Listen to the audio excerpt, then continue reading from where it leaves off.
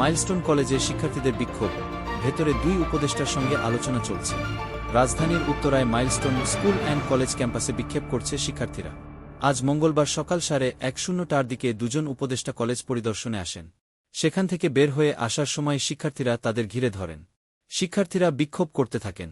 আইন উপদেষ্টা আসিফ নজরুল ও শিক্ষা উপদেষ্টা আর আবরার পরে কলেজের ৫ নম্বর ভবনের নিচতলায় কনফারেন্স কক্ষে যান।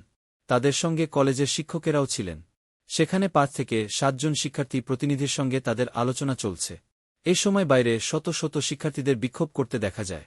নিহতদের সঠিক নাম ও পরিচয় প্রকাশ, আহতদের সম্পূর্ণ ও নির্ভুল তালিকা, শিক্ষার্থীর পরিবারকে ক্ষতিপূরণ, বিমানবাহিনীর ব্যবহৃত ঝুঁকিপূর্ণ ও পুরনো প্রশিক্ষণ বিমান বাতিল করে আধুনিক ও নিরাপদ বিমান চালুসহ বিভিন্ন দাবিতে শিক্ষার্থীরা বিক্ষোভ করছেন। মাইলস্টোন কলেজের শিক্ষার্থীরা সকাল ৯টায় ক্যাম্পাসে অবস্থান কর্মসূচির পরিকল্পনা করেছিল।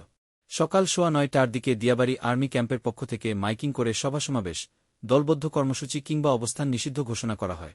ঘোষণা দিয়ে জানানো হয়, দিয়াবাড়ি গোলচত্বর ও আশপাশের এলাকায় কোনো ধরনের জমায়েত বা প্রতিবাদ কর্মসূচি পালন করা যাবে না। এদিকে আজও কলেজ ও আশপাশের এলাকায় উৎসুক জনতার ভিড় দেখা গেছে। অনেকেই সেখানে আসছেন। কেউ কেউ খুঁজছেন সন্তান ও স্বজনকে।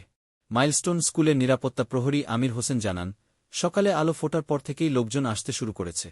সবাইকে শুধু অনুরোধ করছি, দেখে যেন চলে যান, ভিড় যেন না করেন।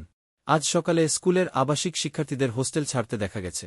শিক্ষার্থীদের অভিভাবকেরা আসছিলেন এবং তাদের সন্তানদের নিয়ে যাচ্ছিলেন। বিমান যে ভবনে বিধ্বস্ত হয় সেটির পেছনে হায়দার আলী হোস্টেল থেকে শিক্ষার্থীদের চলে যেতে দেখা গেছে।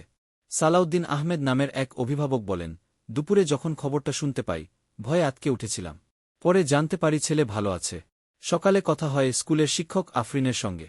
তিনি জানান, দুর্ঘটনায় ভবনটি ক্ষতিগ্রস্ত হয়, যেটি মূলত প্রাথমিক শাখার জন্য ব্যবহৃত হতো।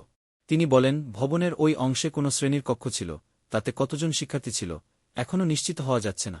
গতকাল সোমবার দুপুরে বিমানবাহিনীর একটি প্রশিক্ষণ যুদ্ধবিমান মাইলস্টোন স্কুল অ্যান্ড কলেজের একটি ভবনে বিধ্বস্ত হয়। এতে আজ সকাল পর্যন্ত ২৭ জন শিক্ষার্থী নিহত হয়েছেন বলে জানিয়েছেন প্রধান উপদেষ্টার বিশেষ সহকারী চিকিৎসক মো. শাহেদুর রহমান। তিনি আরও জানান, ৪টি হাসপাতালে চিকিৎসাধীন আছেন ৭-৮ জন।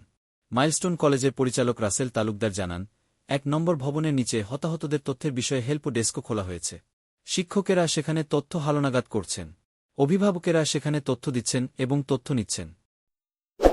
আপনি যদি প্রতিনিয়ত নিউজ ভিডিও পেতে চান তাহলে আমাদের চ্যানেলটি সাবস্ক্রাইব করুন। সাবস্ক্রাইব করে আমাদের সাথেই থাকুন।